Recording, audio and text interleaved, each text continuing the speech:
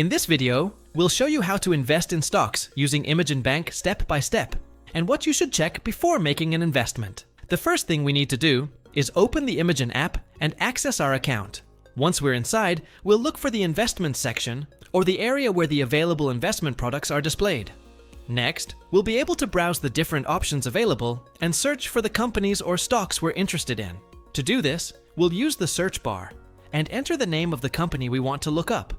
Once we find the company, we'll open its details to review information such as the current stock price, its performance, charts, and other relevant data. It's important to review this information before making any decision. If we decide to invest, we'll select the corresponding buy option and enter the amount we want to invest or the number of shares, depending on the options available. Before confirming the transaction, the app will show us a summary with the details of the purchase. Here, we should check the amount, execution price, any applicable fees, and any other costs associated with the transaction. If everything looks correct, we can confirm the purchase. Once the order has been executed, the shares will appear in our investment portfolio, where we can track their performance directly from the app. From the same section, we can also review the stocks we own, check the current value of our portfolio, and see how our investment is performing over time.